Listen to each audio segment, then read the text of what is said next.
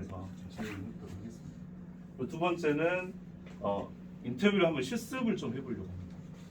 그래서 이제 끝나면 오늘 참석하신 분들을 저희가 임의로 짝을 지어드릴 겁니다. 그래서 이제 추후에 이제 과제 부분에서 말씀드리겠지만 상호 간에 이제 생애사 전반은 아니고요. 어떤 생애에 대해서 좀 이해할 수 있는 이런 인터뷰를 해보는 시간을 갖도록 하겠습니다. 일단은 영상을 한 2개 정도 준비를 해봤는데요.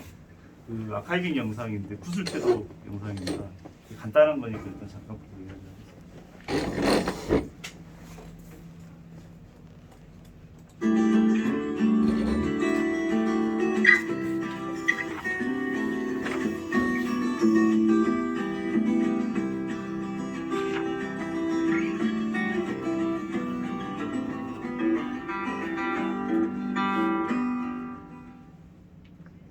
그때는 동네마다 채알이 있는데 채알을 이제 딴 동네에서 얻어다 쓰려면 눈치 배고 그런 게 동네에서 이제 돈을 걷어 집집마다 걷어갖고 이제 광우 사다가 동네 아줌니들 다 모여갖고 그거 맹그럴 때는 잔치요.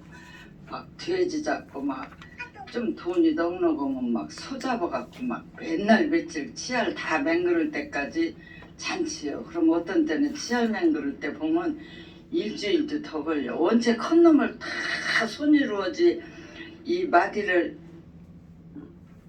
동아줄을 끼알난 게 그거 맹글지 서년원에 그럼 한 일주일 맹글어갖고 막 끝까지 잔치요. 그러면 제일 먼저 그놈 쓰는 사람은 또 이제 쌀을 내놓던가 뭘 내놔. 그래갖고 이제 그거 너희 동네로 안 오도 빌리러 안 가고 이제 우리 거 쓰는 사람들이 조금씩 돈 내면 2장에 그때는 분여회가 없은 게 9장에 좋은 사람을 그걸 못해서 쓰는데 9장이 도둑놈은 그놈 다 쓰지 뭐 나오는 거 다 쓰지 9장이야 깜빡 안 간 사람 없어. 그 돈 긁어먹고 그렇게 했어. 이제 예를 들어서 결혼식이나 뭐 잔치 때 초상 났을 때 그걸 치야 그 안에서 손님 받지. 우리 예식장에서 손님 받듯 그때는 예식장이 없고 그게 이제 하우스식으로 이렇게 쳐놓고 그 안에다 이제 상 놓고 손님 오는 대로 받아. 그래갖고 바람 불고 뭐하다고만 옆으로 또 싹 이렇게 둘러서 훑다려지. 그러느냐고요. 그게 이제 바람 먹이고 결혼식 같은 때는 하늘 안 보고 이제 신부 신랑이 안 보고 이제 허라고 가린다고 그러더라고. 이제 막 치아리 찌까지 막 우리 집만요 막 그러면 이제 가운데서 막 이렇게 박는 지둥이 이렇게 떠받치는 지둥이 있고 사방간데 이제 지둥이 있지. 그럼 거기다 다 묶어갖고 치아 결혼식에서 그때는 뭐 알 이렇게 마당에서 아니었어. 그때는 마당밖에 없은 게. 그러더니 조금 시대가 지나서 이제 교회에서 하기 시작하대.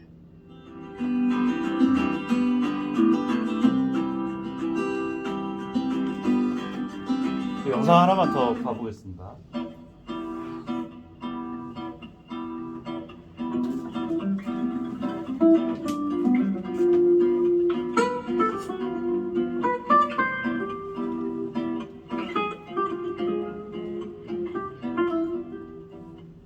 옛날에 구정을 두는 큰 그릇이다 봐야잖아. 그거 그냥 대학 와서 아버지가 그냥 그러게 하는 게 아니라 대대 선에다가 높게 깨질 거요.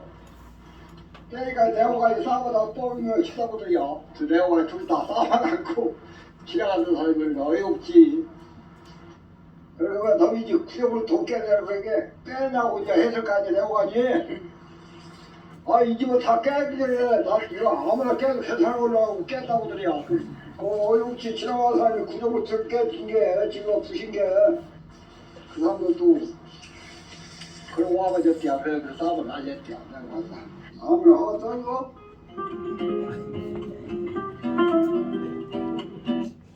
재밌는 이야기죠. 옛날 이야기 막 듣는 것 같아요. 이제 연세도 좀 지긋하신 분도 계시긴 하지만 옛날 생각하면서 이제 좀 남기고 싶다라는 싶은 이야기가 문득 막 떠오르고 그러시지 않으신가요? 옛날 관련해서 전 솔직히 처음에 차일 보면서 차일 뭔지 몰랐습니다. 제가 저도 전라도 사람이 채알이라고 네, 차일 예. 그 저 완전히 어렸을 때는 이제 뭐 돌잔치 이런 건 칠순 뭐 한갑잔치는 이렇게 했던 거는 사진 보니까 알겠더라고요. 그때가 제가 돌 막 이럴 때였더라고요. 근데 이제 좀 더 이제 나이가 먹은 이 국민학교 옛날부터 그 이상이 될 때는 그 마을보다는 이제 목포 쪽으로 저도 나와버려가지고 이런 것들 이제 마을 잔치하는 걸 잘 못 보게 됐고요. 그게 뭔지 이제 용어도 잘 몰랐던 거죠. 근데 이제 보시니까 여러 가지가 느껴지잖아요. 뭐 그 마을의 문화. 근데 부장은 여전히 예나 지금이라는 말 이런 거 농담입니다. 그리고 뭐 이제 용어도 그렇고요. 사투리 연구에도 도움이 되고 구술이 갖고 있는 어떤 이제 성격들이 많이 담아져 있는 것 같습니다. 뭐 앞에 보면은 이제 그 영상 보기 전에 이제 뭐 구술자라든지 어떤 내용의 간략 내용이라든지 뭐 면담자나 날짜 이런 것도 들어가 있잖아요.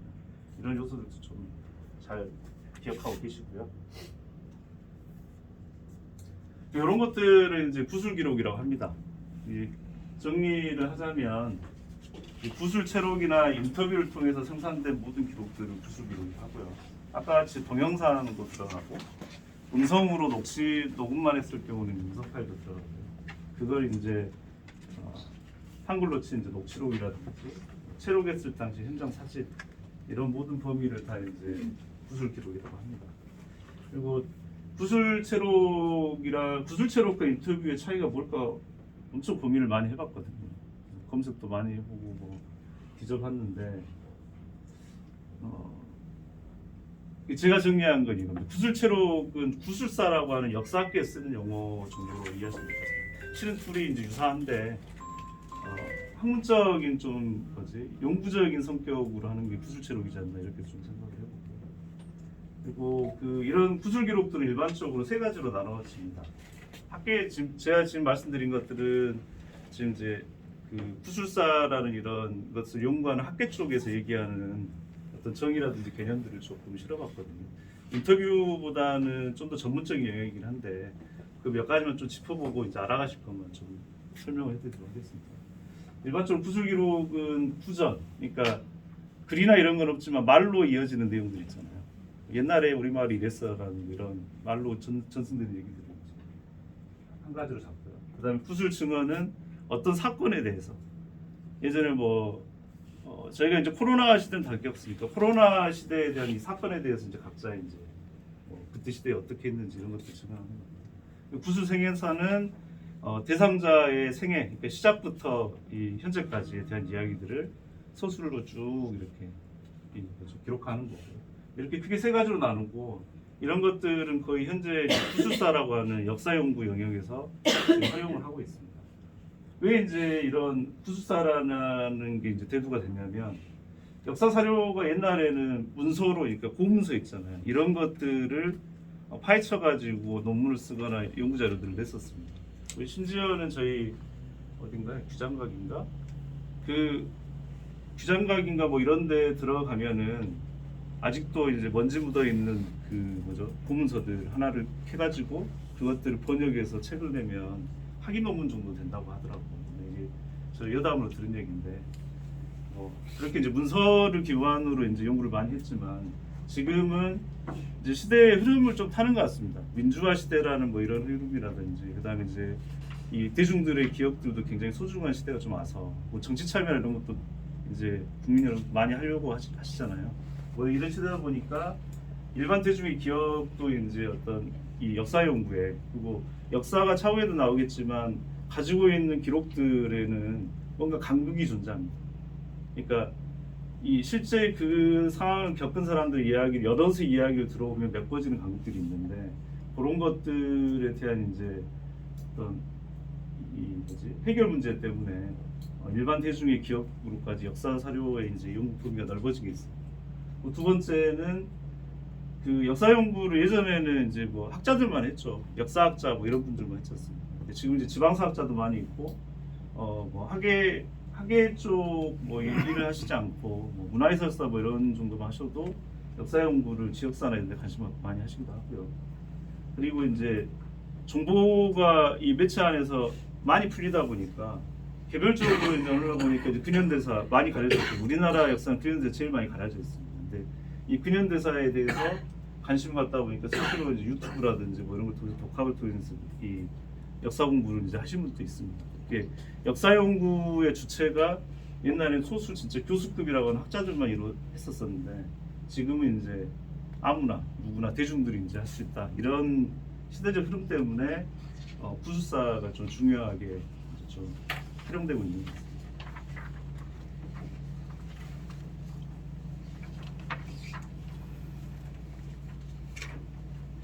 그 부술 기록은 조금 어려운 얘기입니다. 이것도 이제 학계에서 쓰는 이제 그 정의들인데요. 부술 기록이 갖고 있는 몇 가지 성격들이 있습니다. 대략 5가지 성격들이 있는데 이게 다 긍정적이냐 그러진 않습니다. 이게 부술사만의 특징 정도라고 보시면 될 것 같습니다. 부술 기록이 어떤 특징을 갖고 있는지. 첫째는 이제 구술이니까 당연히 부술성을 갖고 있고요. 이게 이제 글씨로 책으로 이제 엮어진 이런 문어체가 아니라 구어로 이제 형성되어 있다는 거.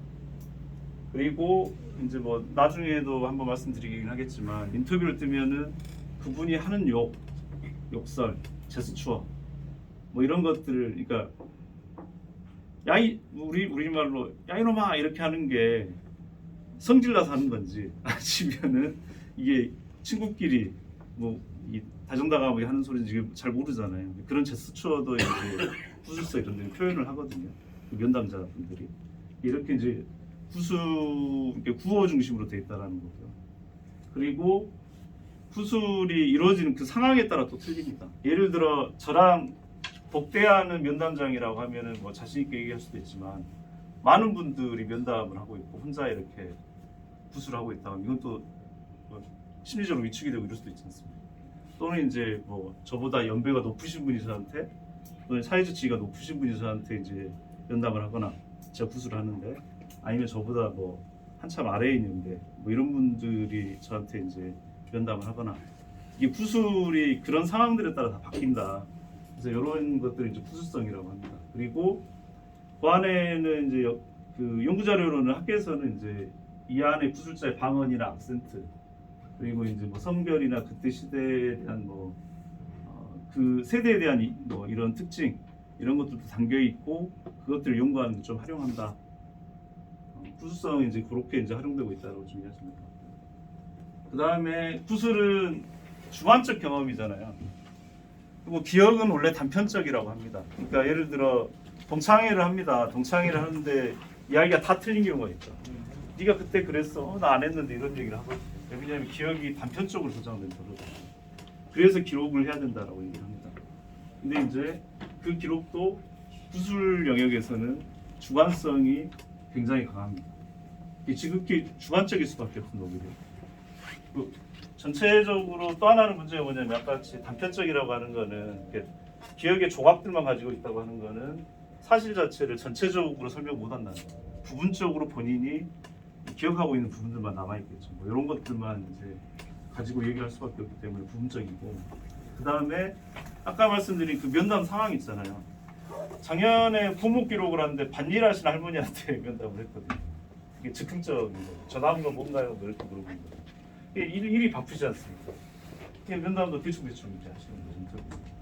근데 이제 딱 잡아가지고 고정된 공간에서 조용한 공간에서 이제 사전 질문지를 드리고 거기에 대해서 충분히 생각할 시간 드린 다음에 이제 한 면담하고 이런 것도 차이가 있을 거 아닙니까? 그래서 이 그런 면담 상황에 따라서 이제 그 구술자가 일관성이 떨어질 수도 있습니다. 뭐 이런 것도 이제 가지고 있는 성격입니다. 그리고 근데 이제 문제가 있죠. 저번에 한번 이제 그 질의하셨잖아요. 주관적인데 이게 뭘 의미가 있냐? 왜곡된 거지 않냐라는 거. 근데 이제 중요한 건 이겁니다. 사회적인 어떤 사건이 있습니다. 주제가 있고 사건이 있으면 객관적인 구조가 있습니다. 근데 이 안에 많은 사람들의 이렇게 똑같이 그 사건을 경험하고 경험했던 많은 사람들의 주관적인 이야기들을 엮어내다 보면 겹치는 부분이 있습니다. 교집합 같은 거. 그런 것들을 가지고 객관적인 것들 더 유출을 해내는 거예요. 그러니까 연계되고 시간이 굉장히 소요됩니다. 이 구술사라는 영역들이. 그게 뒤에 이제 신뢰도 부분에 좀 나오긴 하지만 신뢰도가 그렇게 높은 기록들은 아닙니다. 이제 그건 좀 뒤에 설명드리도록 하겠습니다. 이런 것 부분 때문에 이제 구술 기록을 이제 체록하는 이유가 있고요. 그다음 세 번째는 이야기입니다. 이게 소수라는 이야기고요. 그다음에 이 학계에서는 이 소수성으로 이제 연구하는 부분들은 이 그분이 어떤 식으로 이야기하는지 다 틀릴 거 아닙니까? 똑같은 사건인데 오랫동안 했던 수년간의 이야기를 다 몇 마디로 정리할 수도 있는 거고 짧은 이야기들을 길게 풀 수도 있는 거죠. 이런 이제 성격이 좀 있습니다. 네 번째는 구술자의 이야기만 듣는 게 아니고요. 면담자도 중요합니다. 면담자가 압박하듯이 하면은 구술자도 심지어 위축되면서 구술 내용들이 틀어지겠죠. 그리고 면담자 역시도 구술자가 주관적인 얘기를 하는 것처럼 면담자도 영향을 미칩니다. 면담자의 뭐 성별 또 문제가 있을 수도 있고요. 그 다음에 어떤 사회적 계급이라든지 풍기는 뉘앙스도 문제가 있을 수도 있죠. 뭐 이런 것들이 이제 서로 상호간의 관계에서 이제 자료가 생성되는 거다. 그래서 공동 작업의 성격을 띠고 있다. 이렇게 이해하시면 것 같고요. 마지막으로 신뢰성. 우리가 얘기하는 의미의 사실적 진실이라고 하는 이 의미의 신뢰성은 실은 굉장히 낮습니다. 구술 기록은. 왜냐면 아까 같이 주관적이고 면담 과정에서 영향을 많이 받기 때문에 그게 사실적 진실이라고 100% 장담 못합니다. 그래서 이제 이 신뢰성 부분에서는 이건 다분히 인공적이고요. 근데 인공인데 허구를 만들어낸 건 아닙니다. 뭐냐면 어떤 사건을 이분이 허구로 만들어내는 건 아니고요. 그 사건을 인식하는 게 다른 겁니다. 사람마다 똑같은 컵을 놓고 인식하는 분야가 보이는 방향이라든지 오감이라든지 생각으로 다 바뀌잖아요. 그 다음에 이제 오래 삶을 살아가면서 가지고 있던 가치관으로도 다 바뀝니다. 인식이 인공적이라는 거죠. 인공적이라는 건 이제 인식 부분인 거지. 그것들을 허구로 만들었다 이런 건 아닙니다. 그리고 가변적이라는 건 변화될 수 있다는 거죠. 변화하거나 변화될 수 있다는 거죠. 진실적인 내용에서 조금 더 가밀할 수 있죠. 내가 그때 1대17로 싸웠어 이렇게 하는 거 있잖아요. 내가 17이었는데 내가 1이었어 라고 사건에 대해서 얘기를 할 수 있죠. 그리고 부분만 전체를 다 기억한다라고 100% 보장할 수 없죠. 그래서 어찌 보면은 이제 구술 기록은 어떤 특정 사건에 대해서 1인으로는 완벽한 구술 재현이 불가능합니다. 그래서 여러분들을 만나서 인터뷰를 따가지고 서로 상호 연계를 따지면서 객관적인 것들을 채취하는 연구 영역도 있겠죠. 결국 이제 구술 기록은 사건에 대해서 아까 말씀드린 사실적 진실보다는 서사적 진실, 이게 굉장히 어려운 말이더라고요. 뭐 핍진성도 나오고 굉장히 어려운 말인데 쉽게 얘기하면 학계에서는 이게 현실적으로 이제 사실이냐 아니냐 이거보다는 뭔가 신뢰도가 있을 만한 이야기다. 내가 약간 객관적으로 봤을 때도 믿을 만한 이야기다라고 하는 것들을 대략 이제 서사적 진실 정도의 기본적으로 보시면 될 것 같습니다. 그 정도로 이해하시면 될 것 같습니다. 그리고 이 구술 기록 영역에서는 사실적 진실을 이제 근접하려고 하지만 서사적 진실을 더 따진다는 거. 이게는 학계 얘기입니다. 그 구술사라고는 학계에서 이제 얘기하는 5가지 성격들이고요. 그런데 이제 이런 뭐 신뢰도에도 문제가 있고, 그다음에 아까 같이 뭐 영향을 많이 받고 주관적이고 하는데 이제 아까 필요성이 잠깐 나오기도 했지만 구술 기록을 왜 만들까? 실은 아까도 말씀드렸지만 역사적인 어떤 많은 자료들도요, 문헌 자료들도 실은 서사적 진실로 시작한 게 많이 있습니다. 사건의 진실보다는 서사적 진실 시작해서 이게 사건적 진실, 사실적 진실로 표현하는 데는 물론자들 많이 있거든요. 뭐 그런 물론자들조차도 실은 또는 이제 우리가 사진이나 영상이나 이런 걸 만드는 어떤 기록물들 있잖아요. 기록물들 사이에는 분명히 간극이 존재합니다. 사진만 나열해갖고 이야기가 안 됩니다. 영상만 나열해도 이야기가 잘 안 되고요. 그래서 이제 이런 간극들을 이 좁히기 위한 과정으로 구술체록이라는 걸 합니다. 인터뷰는 일반적으로 그렇게 하고요. 그리고 그 방법은 이제 맥락을 만드는 거죠. 간극을 좁히면서 이 전체적인 이야기가 이 기록물들을 활용해서 내가 이 체록한 이 이야기하고 같이 엮어서 전체적인 이 사건이나 주제된 맥락들을 만드는데 구술 기록을 쓰고 있다 정도로 이제 이해하시면 될 것 같습니다. 인터뷰를 왜 합니까? 인터뷰 전문가시지 않으신가요?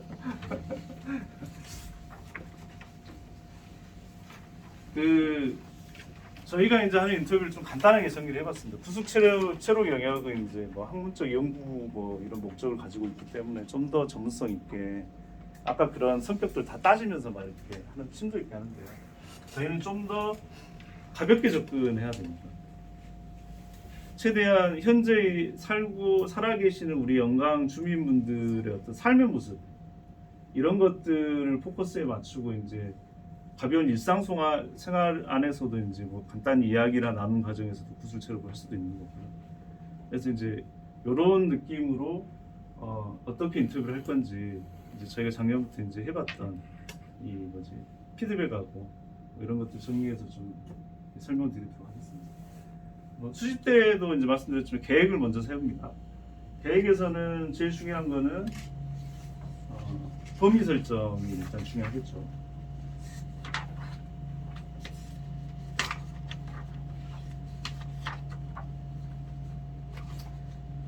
범위 설정을 하고 이제 우선적으로 인터뷰할 때도 뭘 물어볼 건지에 대해서 정리를 해야 됩니다. 왜 그러냐면 이게 막상 인터뷰를 딱 하면은요 놓쳐버리는 것도 있고요. 나중에 시간이 지나면 이분이 뭐 이사 가서 타 지역으로 가버릴 수도 있지 않습니까? 뭐 이런 문제도 발생하고 변수도 굉장히 많습니다. 그래서 목적이나 무엇이 가장 중요한 건지에 대해서 먼저 설정을 해놓고 접근하시는 게 좋습니다. 그리고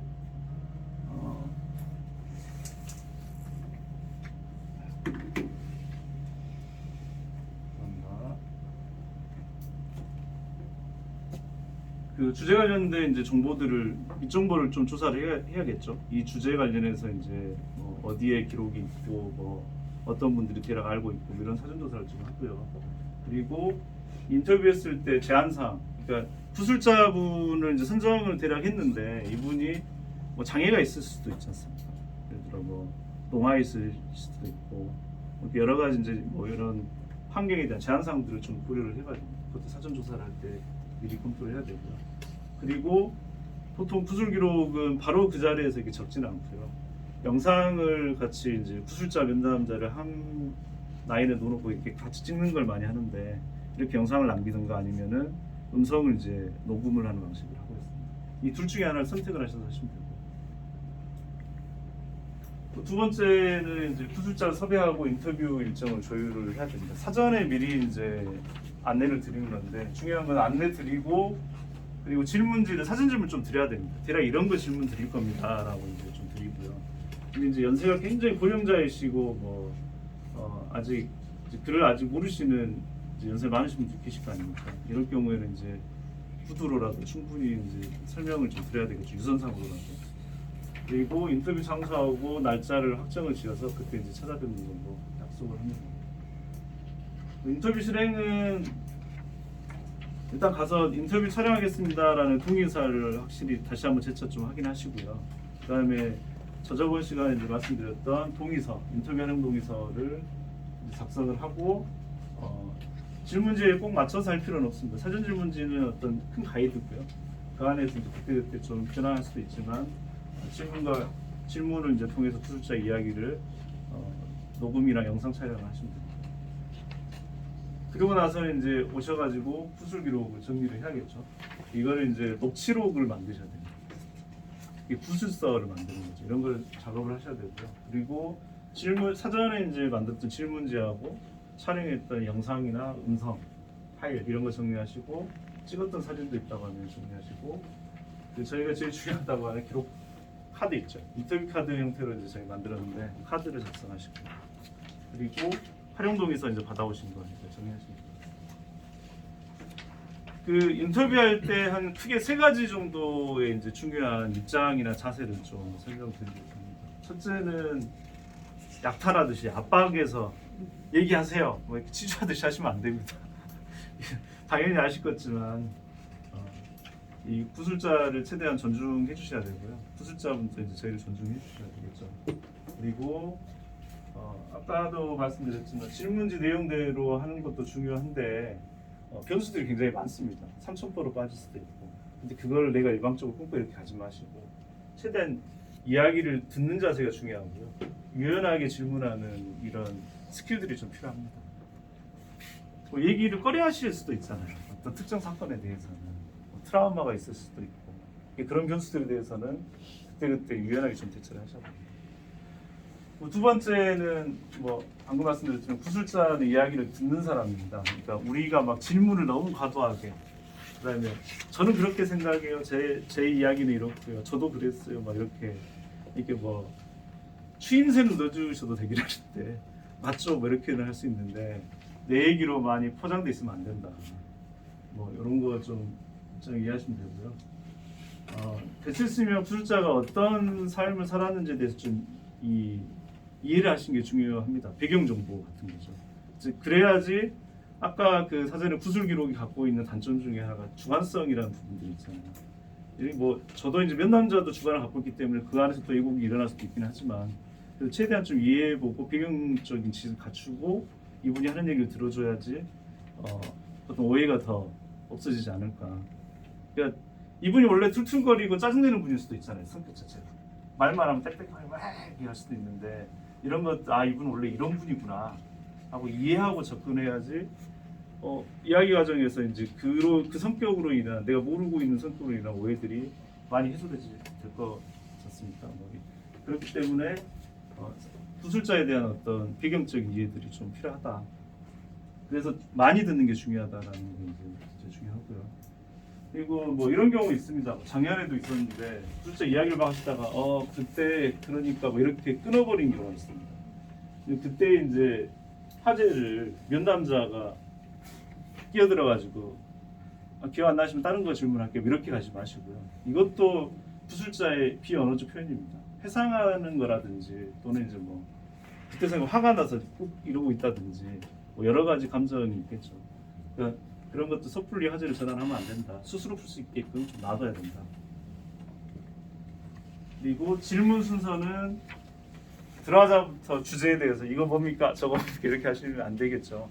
당연히 이제 가벼운 질문부터 일상적이고 가볍고 이런 질문들 어떤 거에 집중되지 않고 뭐 전반적인 질문이라든지 뭐 처음에는 뭐 요즘 건강 어떠세요? 뭐 이렇게도 얘기할 수도 있죠. 뭐 이런 것들로 시작을 해서 점점 이제 주제하고 관련된 이 질문들로 이어가시면 될 것 같습니다.